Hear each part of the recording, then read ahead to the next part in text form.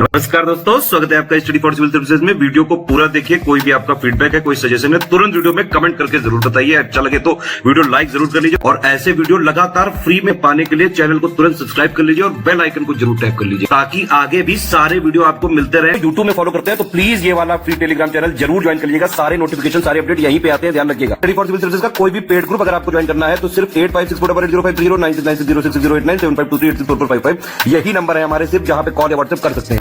Instagram पे हमारा page जरूर फॉलो कर लीजिएगा, studyforcivil.services है। ट्विटर पे हमको जरूर फॉलो कर लीजिएगा, @studyforcivils है। सारे क्वेश्चन अटेम्प्ट करिए और स्कोर अपना तुरंत कमेंट करके बताइए। दोस्तों नमस्कार, स्टडी फॉर सिविल सर्विसेज में आपका स्वागत है। ECSJ परीक्षा के लिए हम पेड क्विज लगातार देख रहे हैं, कंटिन्यू करेंगे उसको। चलिए फर्स्ट क्वेश्चन देखेंगे। यहाँ पे कुछ स्टेट्स दिए हुए हैं भारत के और उनका फॉर्मेशन एज अ स्टेट कब हुआ है, हमें उसकी क्रोनोलॉजी लगानी है।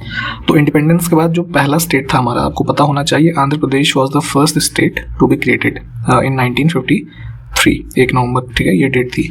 अब यहाँ पे जो दिए हुए ऑप्शंस हैं इसमें देखते हैं अगर, तो सबसे पहले नागालैंड की फॉर्मेशन होगी आपका।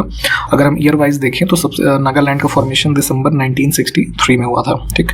तो ये सबसे पहले आएगा इन चारों में से, तो यानी कि 3 नंबर का कोड हम पहले लेंगे। तो अब देखिए आपको आंसर ही यहीं से मिल जाएगा क्योंकि और किसी में 3 है ही नहीं। हालांकि उसके बाद की भी चीज़ें हम देखते हैं। फर्स्ट यानी कि हरियाणा का फॉर्मेशन होता है 1966 में। उसके बाद आपका मेघालय का फॉर्मेशन होगा 1972 और लास्ट में जो सिक्किम है ये फॉर्म हुआ था 1975 में। तो इस प्रकार से तीसरा ऑप्शन जो है ये करेक्ट हो जाएगा। इसमें देखिए कौन सा कथन भारत के संविधान की 4थी अनुसूची का सही वर्णन करता है। तो आपको पता है हमारे जो शेड्यूल्स हैं कॉन्स्टिट्यूशन की, उनकी संख्या कुल 12 है।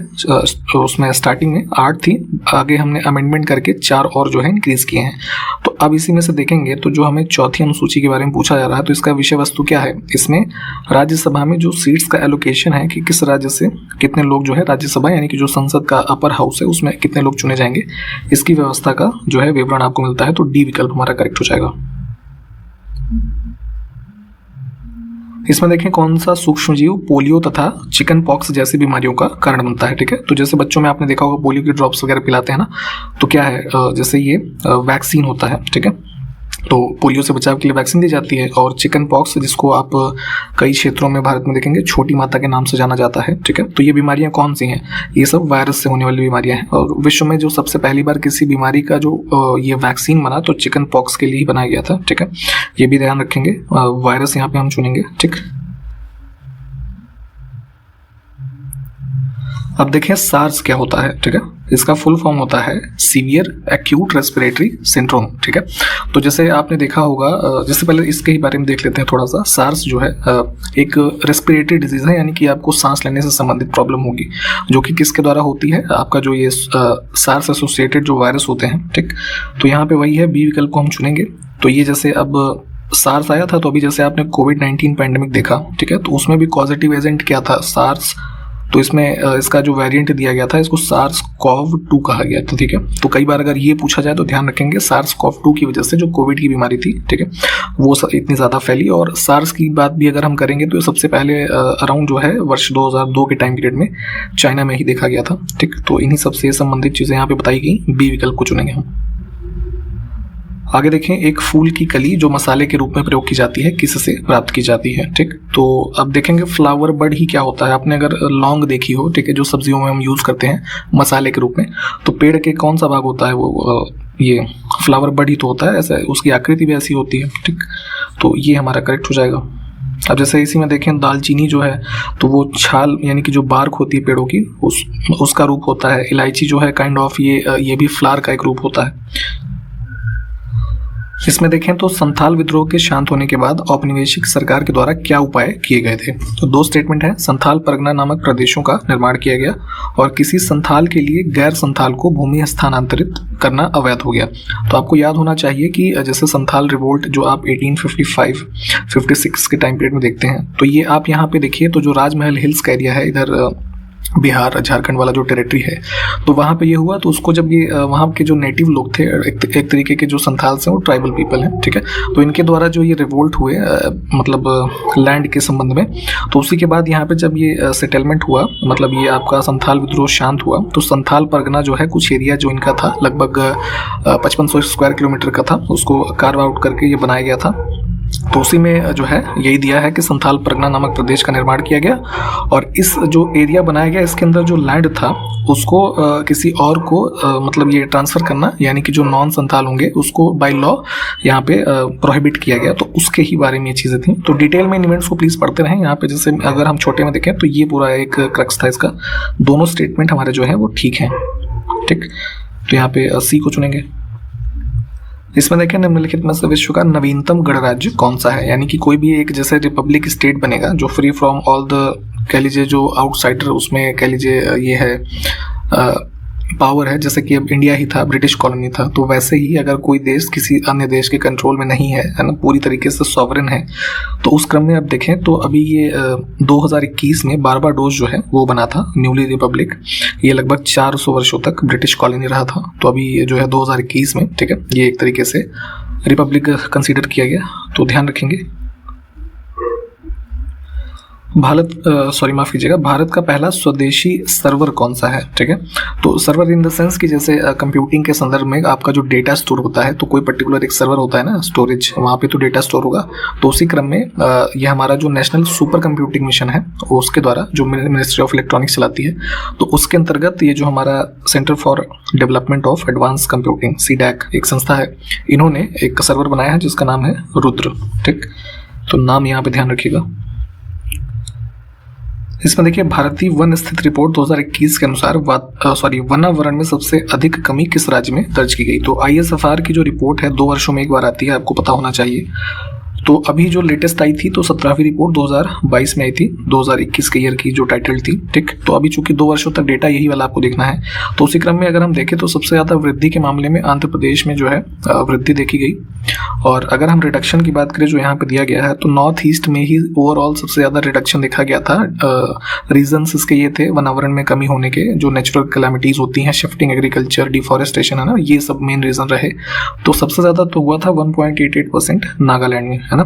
उसके बाद अगर हम दिए हुए विकल्पों में देखें तो मणिपुर में सबसे ज़्यादा जो है रिडक्शन देखा गया, अराउंड ये 1.48% था, जो पुराना डेटा था ना 2019 का, उसके रेफरेंस में। ठीक, उसके बाद अरुणाचल प्रदेश में जो है ये लगभग 0.39% था। मिजोरम की बात करें तो ये 1.03%, मेघालय की बात करें तो ये 0.43%। ठीक है, तो इस पर्टिकुलर में मणिपुर जो है ये हो जाएगा 1.48% के साथ।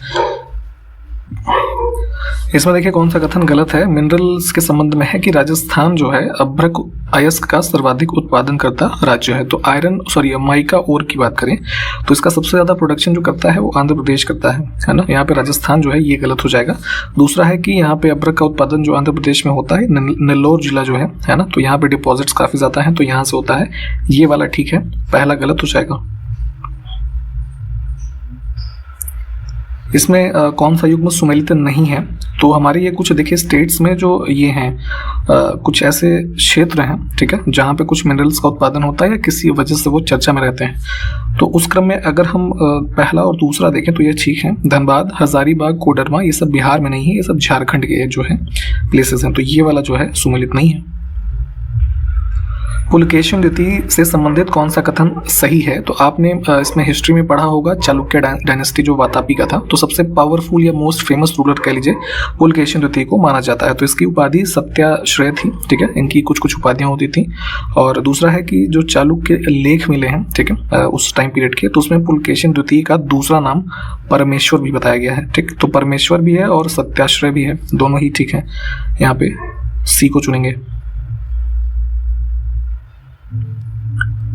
आगे देखें कौन सा कथन सही नहीं है। तो कोई भी राज्यपाल जो है किसी राज्य का संवैधानिक प्रमुख होता है, ठीक है। तो जैसे केंद्र का संवैधानिक प्रमुख कौन है? राष्ट्रपति यानी प्रेसिडेंट होते हैं, वैसे राज्य में राज्यपाल होते हैं। और दूसरा है कि संविधान के अनुच्छेद 152 के तहत राज्य के राज्यपाल की नियुक्ति भारत के राष्ट्रपति के द्वारा की जाती है। तो ये बिल्कुल ठीक है, राष्ट्रपति के द्वारा नियुक्ति की जाती है, परंतु अनुच्छेद 152 के तहत नहीं, भाग 6 हमारा जो है उसका अनुच्छेद 155 के तहत। ठीक, तो दूसरा जो है ये गलत हो जाएगा। नेक्स्ट है कि संविधान के किस अनुच्छेद के अंतर्गत राज्यपाल राष्ट्रपति को अपने हस्ताक्षर सहित लेख प्रस्तुत करके अपना पद का त्याग जो है कर सकता है। तो अगर रिजाइन करना चाहते हैं किसी स्टेट के गवर्नर, तो आर्टिकल 156 सब क्लॉज 2 है ना, इसके तहत वो रिजाइन कर सकते हैं प्रेसिडेंट को एड्रेस करके। इसमें देखिए कौन सा युग्म सुमेलित नहीं है। तो उत्तर प्रदेश राज्य के कुछ टेम्पल और जो कह लीजिए टूरिस्ट प्लेसेस भी एक तरीके से काफ़ी चर्चित रहते हैं, उसकी सूची है। तो देवकली मंदिर औरैया में है। गोला गोकर्णनाथ मंदिर काफ़ी पॉपुलर है, कई बार एग्जाम्स में भी पूछा गया है, लखीमपुर खीरी से संबंधित है। चक्रतीर्थ नैमिषारण्य जो कौशाम्बी लिखा है ये भी गलत है, क्योंकि ये जो एक ये भी कह लीजिए टूरिस्ट अट्रैक्शन के लिए एक धार्मिक स्थल है, सीतापुर में है, ठीक है, कौशाम्बी में नहीं है। बाकी कनक भवन अयोध्या में है, ये ठीक है। इसमें फिर से देखिए कौन सा युग्म सम्मिलित नहीं है, तो यहाँ पे उत्तर प्रदेश के ही कुछ स्थल और लिखे हैं और किस जिले से संबंधित हैं। तो इसमें देखेंगे कामदगिरी पर्वत जो है, ये कामदगिरी पर्वत और टेम्पल काफ़ी पॉपुलर है, जो कहाँ पे है, चित्रकूट में है ना, ये ललितपुर में नहीं है। बाकी के 3 विकल्प ठीक हैं। नेक्स्ट है काशी यात्रा योजना किस सरकार के द्वारा चलाई जा रही है। तो इसको लॉन्च किया था जो है यहाँ पे कर्नाटक की सरकार ने। इसमें जो लोग वहाँ के मतलब यात्रा करना चाहते हैं काशी में, जो जैसे ये आपका शंकर जी का जो मंदिर है काशी विश्वनाथ, यहाँ पे यात्रा करना चाहें या गंगा घाट वगैरह, तो इनके लिए एक 5,000 रुपये का कैश असिस्टेंस भी इसमें सरकार प्रोवाइड कर रही है, ठीक। तो ध्यान रखेंगे इसमें कर्नाटका स्टेट जो है करेक्ट होगा। 2 स्टेटमेंट फिर से है, कौन सा सही है। Family doctor project Andhra Pradesh सरकार के द्वारा चलाई जा रही है, तो ये बिल्कुल ठीक है। ये प्रोजेक्ट स्टार्ट किया गया था जुलाई 2022 में on the basis of pilot project. तो इसको स्टार्ट किया गया था विशाखापट्टनम में, ठीक है। और इसका एम जो है क्या है कि ग्रामीण आबादी के बीच स्वास्थ्य सेवाओं में सुधार लाना, ठीक है। तो ये बिल्कुल ठीक है, दोनों कथन जो है चुनेंगे हम। इसमें फिर से देखिए कौन सा कथन सही नहीं है। तो पालक जागरूकता अभियान मध्य प्रदेश सरकार के द्वारा चलाया जा रहा है, तो ये गलत हो जाएगा, क्योंकि ये इसको भी जुलाई 2022 में छत्तीसगढ़ की जो स्टेट गवर्नमेंट है उसने लॉन्च किया था पेरेंट अवेयरनेस कैंपेन के नाम से। और इसका उद्देश्य जो है अभिभावकों की सक्रिय भागीदारी सुनिश्चित करके पठन पाठन के स्तर को बेहतर बनाना है। तो स्कूल जो भी हैं उससे पेरेंट्स को भी एक तरीके से कनेक्ट करने की स्कीम है। इसको जो स्टार्ट किया था छत्तीसगढ़ ने, तो पहला गलत हो जाएगा, है ना, दूसरा सिर्फ सही है। तो ध्यान रखिएगा छत्तीसगढ़ ने इसको स्टार्ट किया था। वही लर्निंग आउटकम जो है उसको बेहतर करना मुख्य रूप से इसका ऑब्जेक्टिव है। केंद्र सरकार को किस अनुच्छेद के तहत उधार लेने की शक्ति जो है दी गई है। तो इसमें देखिए कॉन्स्टिट्यूशन में प्रोविजन है कि कंसोलिडेटेड फंड ऑफ इंडिया जो है उसकी सिक्योरिटी के बिहाफ पे गवर्नमेंट ऑफ इंडिया किसी मान लीजिए अनफोर्सिन एक्सपेंसेस के लिए उधार ले सकती है, ठीक है, पावर टू बोरो। तो ये प्रावधान आर्टिकल 292 में है। और वहीं स्टेट्स के उधार लेने की शक्ति की बात करें तो 293 में वो भी दिया हुआ है, तो दोनों को ध्यान रखिएगा। नेक्स्ट है कि किसी नवीन अखिल भारतीय सेवा का सृजन करने का अधिकार किसे दिया गया है। तो संविधान में पहले भी हमने बताया आपको कि कुछ जैसे हमारे जो दोनों हाउसेज हैं उसको कुछ स्पेशल प्रोविजंस प्रदान किए गए हैं। जैसे मनी बिल का कॉन्सेप्ट है तो वो सिर्फ लोकसभा में आ सकता है, तो वहीं अब ऑल इंडिया सर्विसेज को क्रिएट करने का जो इनिशिएशन है यानी कि प्रस्ताव सबसे पहले कहाँ पे लाया जा सकता है, तो वो राज्यसभा स्टार्ट कर सकती है, ठीक। तो जैसे अभी हमारे पास 3 है all India services, IAS, IPS और IFS, तो अगर कोई चौथी बनानी है, जैसे इंडियन जुडिशियल सर्विसेज की कई बार चर्चा होती है, तो इसके लिए इनिशिएशन राज्यसभा कर सकती है। इसमें देखें अंतर्राज्यीय परिषद का पदेन अध्यक्ष कौन होता है। Ex officio chairman of inter state council. तो कॉन्स्टिट्यूशन के आर्टिकल 263 के अंतर्गत इंटर स्टेट काउंसिल जो है इसका फॉर्मेशन किया जाता है, ठीक।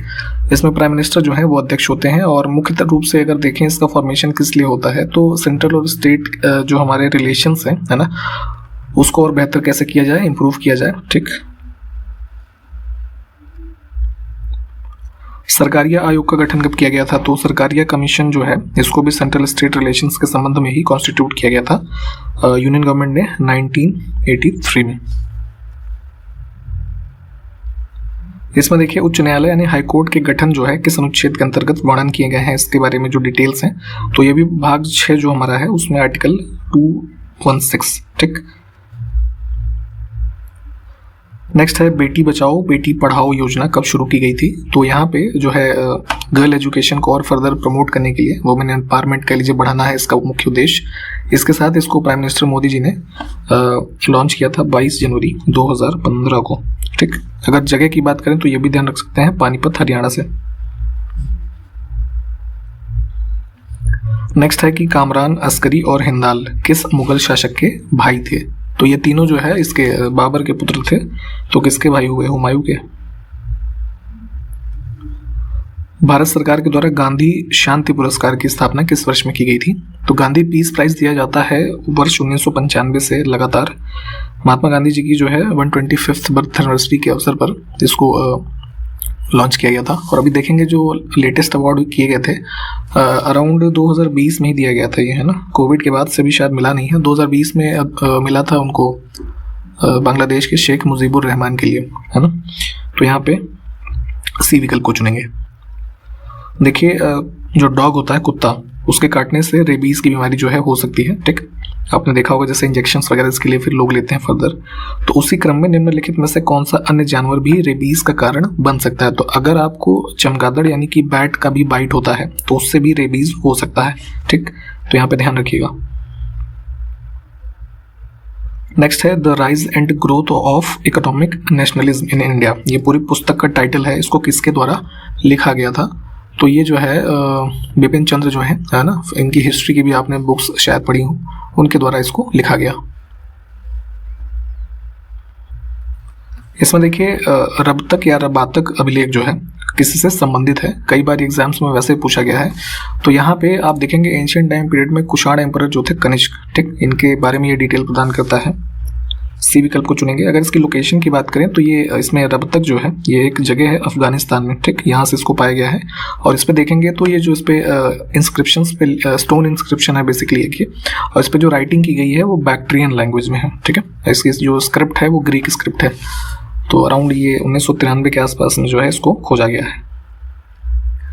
नेक्स्ट है आमरी संस्कृति कहाँ पर पनपी। तो ये कल्चर आमरी कल्चर के नाम से जो हिस्ट्री में बेसिकली आप जैसे डिटेल्स पाएंगे, तो ये आपका जो इंडस वैली वाला रीजन है, मुख्यतः जो ये सिंध, यहाँ पे विकल्प सी है ना, यहाँ का एक तरीके का कल्चर है जो मतलब कह लीजिए हिस्टोरिकल टाइम पीरियड में, एंशिएंट पीरियड में यहाँ पे रहा था।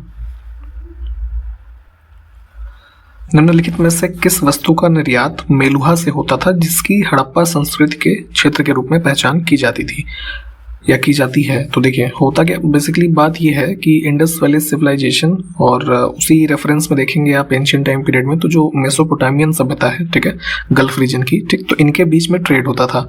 तो मेसोपोटामियंस जो है एक तरीके से रेफर करते थे इंडस वैली सिविलाइजेशन को मेलुहा नाम से, ठीक। तो अब इन दोनों सिविलाइजेशंस के मध्य अगर हम एविडेंसेस के आधार पे देखें कि किस चीज़ का ट्रेड होता था, है ना, यानी कि आईवीसी इंडस वैली से क्या एक्सपोर्ट किया जाता था, यहाँ पे जो लिखा है, तो ये ब्लैक वुड, हाथी के दांत और काइंड ऑफ गोल्ड, है ना। लेड जो है ये नहीं होगा, सिर्फ पहला, दूसरा और तीसरा है। वहाँ से भी देखेंगे तो कुछ चीज़ें इंपोर्ट की जाती थी, जैसे कुछ ऑयल्स होते थे, है ना, ये सब चीज़ों के एविडेंस मिले हैं। तो इसमें हम सिर्फ ए को चुनेंगे। संविधान सभा ने डॉक्टर भीमराव अम्बेडकर की अध्यक्षता में प्रारूप समिति का गठन कब किया था। तो कॉन्स्टिट्यूएंट असेंबली जो हमारी बनी, तो उसमें कई सारी डेट्स जो हैं जो कि इंपॉर्टेंट है कि किस डेट पे कौन सा इवेंट हुआ, ये चीज़ें आपसे पूछी जाती हैं। तो उसी क्रम में अगर हम देखेंगे तो जिस ड्राफ्टिंग कमेटी का ये मतलब फॉर्मेशन किया गया कॉन्स्टिट्यूएंट असेंबली के द्वारा, जिसने संविधान को बनाने का मुख्य रूप से कार्य किया, तो उसकी डेट है 29 अगस्त 1947, ठीक है।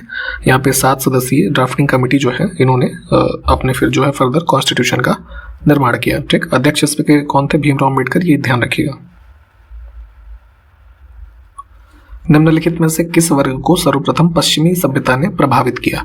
तो वेस्टर्न कल्चर को आप देखेंगे, जैसे ये राइज ऑफ कह लीजिए जो हमारा मॉडर्न हिस्ट्री है, इसमें आप जब हिस्ट्री में पढ़ेंगे तो जो उस टाइम पीरियड पे जैसे राजा राम मोहन राय, ज्योतिबा फुले, ये सब जो सोशल रिफॉर्मर्स हुए, तो रेशनलिज्म, साइंटिज्म और ह्यूमनिज्म, ये सब जो कॉन्सेप्ट थे, इसको एक तरीके से जो हमारा ये था ना हिंदू मिडिल क्लास जो है एडुकेटेड था जो मुख्य रूप से, तो उसने ही इस चीज़ को अडॉप्ट किया, जो इन रिफॉर्मर्स ने इसको प्रचार प्रसार किया, अलग अलग अपने जो ये कह लीजिए एसोसिएशंस हैं, है ना, इन सब का फॉर्मेशन करके। तो मुख्य रूप से वेस्टर्न सिविलाइजेशन से प्रभावित होने वाला यही हमारा वर्ग था, हिंदू मिडिल क्लास, जो कि एडुकेटेड था। तो इसमें हम सी विकल्प को चुनेंगे। अब इसमें देखिए कि वृद्धाश्रमों की स्थापना माता पिता और वरिष्ठ नागरिकों के भरण पोषण वाला जो हमारा एक्ट है 2007 का, इसके किस धारा के अंतर्गत की जाती है। तो हमारा इस जो 2007 का एक्ट है, तो उसके अंतर्गत जो हम ये ओल्ड एज होम्स का इस्टेब्लिशमेंट का प्रावधान देखते हैं वो सेक्शन 19 में है, ठीक। तो यहाँ पे इसमें देखिए बी विकल्प हमारा जो है करेक्ट होगा। देखिए इनसे संबंधित हमारा एक जो कंबाइंड पापा वीडियो भी है वो डाल दिया गया है यूट्यूब पे, अगर चाहें तो प्लीज़ वहाँ से अपने सारे जो है शॉर्ट टाइम में इन चीज़ों को आप कवर कर सकते हैं। नेक्स्ट है भारत का पहला मानव अंतरिक्ष मिशन गगनयान किस वर्ष में लॉन्च किया जाएगा। तो गगनयान का जो शेड्यूल्ड है कि इसमें जो पहला इसरो का मैंड मिशन जो प्रिपेयर किया जा रहा है तो ये जो है वर्ष 2024 यानी कि अगले साल में संभावना है कि लॉन्च किया जाए। नेक्स्ट है भारत अपनी पहली अपशिष्ट से हाइड्रोजन परियोजना कहाँ पर स्थापित करेगा। तो जो हमारे वेस्ट हैं, ठीक है, जो भी कह लीजिए वेस्ट हम प्रोड्यूस कर रहे हैं तो उससे हम हाइड्रोजन एज अ फ्यूल कैसे एक्सट्रैक्ट कर सकते हैं, उसके लिए प्लांट सेटअप किया जा रहा है महाराष्ट्र में, पुणे में। निम्नलिखित में से किसने अंतरिक्ष में पहला 54 स्टारलिंक V2.0 ये उपग्रह प्रक्षेपित किया है। तो ये जो मिशन अभी रिसेंटली दिसंबर 2022 में स्पेस एक्स जो एलॉन मस्क वाली संस्था है ना, तो उनका जो ये है फाल्कन 9 है ना लॉन्च व्हीकल, उसके द्वारा इसको लो अर्थ ऑर्बिट में कम्युनिकेशन सैटेलाइट्स का जो एक सेट है इसको लॉन्च किया है। तो इसमें सी को चुनेंगे, स्पेस एक्स जो समूह है इन्होंने लॉन्च किया। आगे देखें, माता पिता और वरिष्ठ नागरिकों का भरण पोषण और कल्याण अधिनियम 2007 के द्वारा निम्नलिखित में से किसे बच्चों की परिभाषा में शामिल किया गया है, यानी कि चिल्ड्रन। तो शायद हमने पहले भी बात की थी इसकी। चिल्ड्रन में जो है माइनर जो है वो नहीं होंगे, उसके अलावा जो एडल्ट डॉटर या सन ग्रैंड सन है, ठीक, इनको कंसीडर किया गया है। तो अब यहाँ पे देखिए ये है ना अवयस्क पुत्र, तो चौथा जो है एलिमिनेट कर दीजिए, तो ये डी वाला ऑप्शन बच जाएगा 1 2 3 5। अब देखें 2007 के इस एक्ट में ही मेंटेनेंस ऑफ वेलफेयर, तो इसके अंतर्गत भरण पोषण में निम्नलिखित में से क्या शामिल है। मेंटेनेंस की अगर हम बात करें तो इसकी जो डेफिनेशन बताई गई है उसमें फूड, क्लॉथिंग, रेजिडेंस, इसके अलावा मेडिकल असिस्टेंस और एक चीज़ कुछ और है ट्रीटमेंट, है ना। ये 5 चीज़ें जो है इसके माध्यम से यहाँ पे मेंटेनेंस में शामिल की गई हैं। तो ध्यान रखिएगा इसमें तीनों सही हो जाएंगे।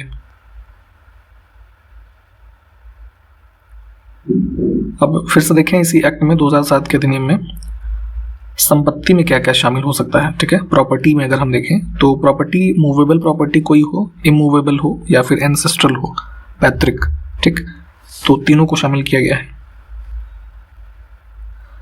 यहाँ पे इस पूरे स्टेटमेंट को थोड़ा ध्यान से पॉज करके पढ़ लीजिए। इसमें कहा जा रहा है कि माता पिता और वरिष्ठ नागरिकों का जो भरण पोषण अधिनियम है उसके तहत यहाँ पे रिश्तेदार यानी कि रिलेटिव में जो है कौन शामिल है। तो रिलेटिव बेसिकली इस वजह से यहाँ पे डिफाइन किया गया है कि कोई भी मान लीजिए ऐसे वरिष्ठ नागरिक हैं जो निसंतान है, उनकी खुद की रियल कोई संतान नहीं है, तो उनका कोई भी ऐसा कानूनी उत्तराधिकारी जो नाबालिग न हो, मतलब कि वो बालिग हो, 18+ हो, और इन जो हमारे वरिष्ठ नागरिक हैं इनकी मृत्यु के बाद उनकी सारी संपत्ति उसको जो है विरासत में मिलेगी या उस पर उसका अधिकार होगा। तो ऐसे व्यक्ति को यहाँ पे रिलेटिव के रूप में डिफाइन किया गया है। तो सिर्फ हमारा जो पहला है ये ठीक है, दूसरा जो है ये बी वाला सही नहीं है। इसमें देखें घरेलू हिंसा से महिलाओं का संरक्षण अधिनियम 2005 कब से लागू है, यानी कि कमेंस कब से हुआ ये। तो देखिए सितंबर 2005 में ये प्रेसिडेंशियल एसेंट मिल गया था इसको, लेकिन कमेंस ये हुआ है अक्टूबर 2006 से, ठीक।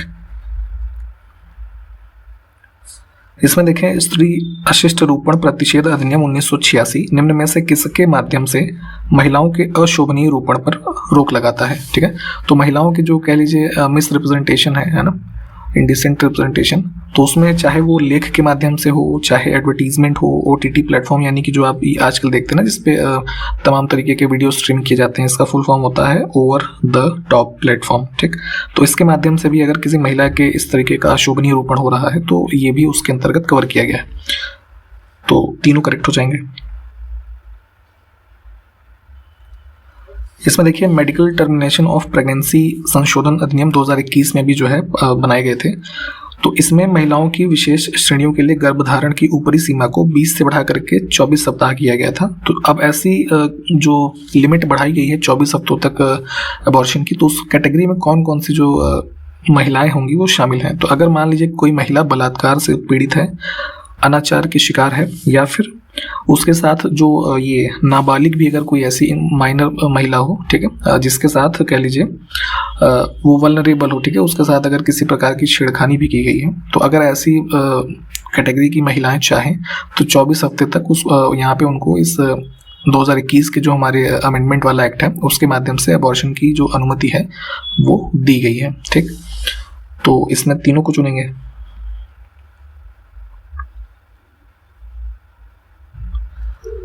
इसमें देखें दहेज शब्द जो है उसको कहाँ परिभाषित किया गया है, ठीक। तो ये इंडियन पिनल कोड आईपीसी में जो है इसके बारे में नहीं है, ये दहेज प्रतिषेध अधिनियम जो है 1961 का इसमें दिया गया है इसके बारे में, ठीक। ये हमने जब इसके बारे में क्वेश्चन देखे थे तो वहाँ पे आपको बताया गया था, दूसरा सही है सिर्फ। अंतिम प्रश्न देखेंगे आज का कि जो पॉक्सो अधिनियम 2012 का है तो इसके माध्यम से यौन शोषण के विभिन्न रूपों को किस प्रकार परिभाषित किया गया है। तो यहाँ पे देखिए 4 चीजें दी हुई हैं, तो जैसे भेदक हमला, गैर भेदक हमला, यौन उत्पीड़न और पोर्नोग्राफी। तो यानी कि जो पेनिट्रेटिव असॉल्ट, अगर मान लीजिए रेप का केस है तो पेनिट्रेटिव असॉल्ट भी माना जाएगा इसमें, सेक्सुअल अब्यूज, और नॉन पेनिट्रेटिव भी होगा, ठीक है। सेक्सुअल हैरेसमेंट है ही, और अगर पोर्नोग्राफी में मान लीजिए किसी का रिप्रेजेंटेशन किया जाता है या उस तरीके से उसको लिप्त किया जाता है किसी मतलब यहाँ पे पॉक्सो के अंदर किसी माइनर को, ठीक है, तो ये भी पॉक्सो के अंदर जो है सेक्सुअल अब्यूज माना जाएगा। तो चारों ही हमारे ठीक हो जाएंगे, ठीक। तो यहाँ तक हमने देखा है, सारे क्वेश्चंस देख लीजिए और इसको कंटिन्यू करेंगे आगे। संबंधित फैक्ट्स को प्लीज अपने नोट्स में से पढ़ते चलें, समय आपके पास बेहद कम है, ठीक है। तो इन्हीं सब बातों के साथ समाप्त करते हैं, नेक्स्ट वीडियो मिलेंगे आपसे, तब तक के लिए नमस्कार, जय हिंद।